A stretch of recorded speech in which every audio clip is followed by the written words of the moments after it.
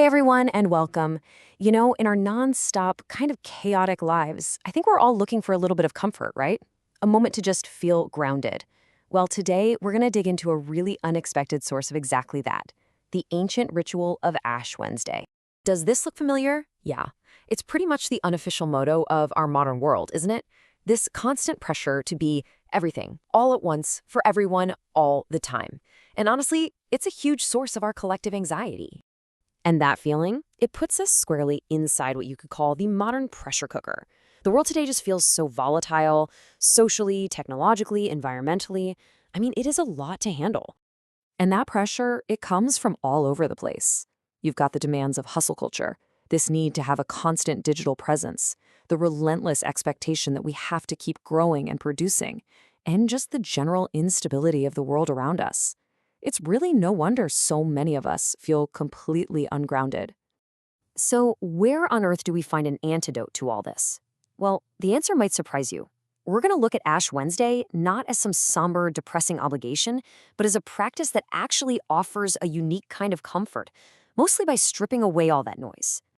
Now, a lot of people see this day and immediately think of things like penance or guilt. But what if we dig a little deeper? We can find something totally different.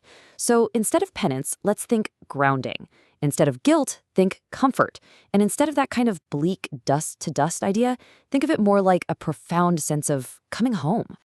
Okay, so how does this work? The real comfort of this whole ritual comes from the powerful permissions it gives us. Permissions we almost never give ourselves in our regular day-to-day lives.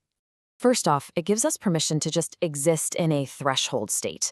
It basically says, hey, it's completely okay to not have all the answers. And what a relief that is, right? To just be in the middle of the process without that crushing pressure of having everything figured out. And at the heart of this is a concept called metanoia. It's a call to turn back. But this isn't about retreating or going backwards. No, it's a powerful invitation to just stop the frantic running around and find a stable, intentional center inside yourself. And that leads to these three amazing permissions. First, the permission for radical honesty, to finally just admit that we're fragile, that we're not invincible. Second, the permission for what I call a power of pause, which is a direct antidote to that hustle culture we were talking about. And third, permission for a shared humanity. This ritual is done by millions, and it reminds us that we are not alone in our struggles or in our search for meaning.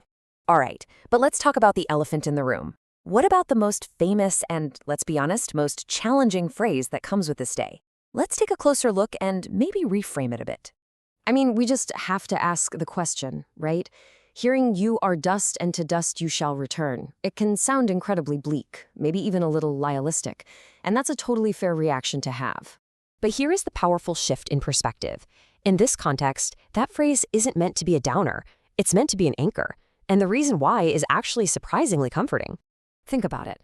In a world that is constantly shifting under our feet, a world defined by its volatility, this statement is one of the few things that is absolutely, fundamentally certain.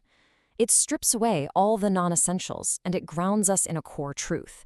And that provides this strange but really powerful kind of stability. And all this brings us to the ultimate takeaway.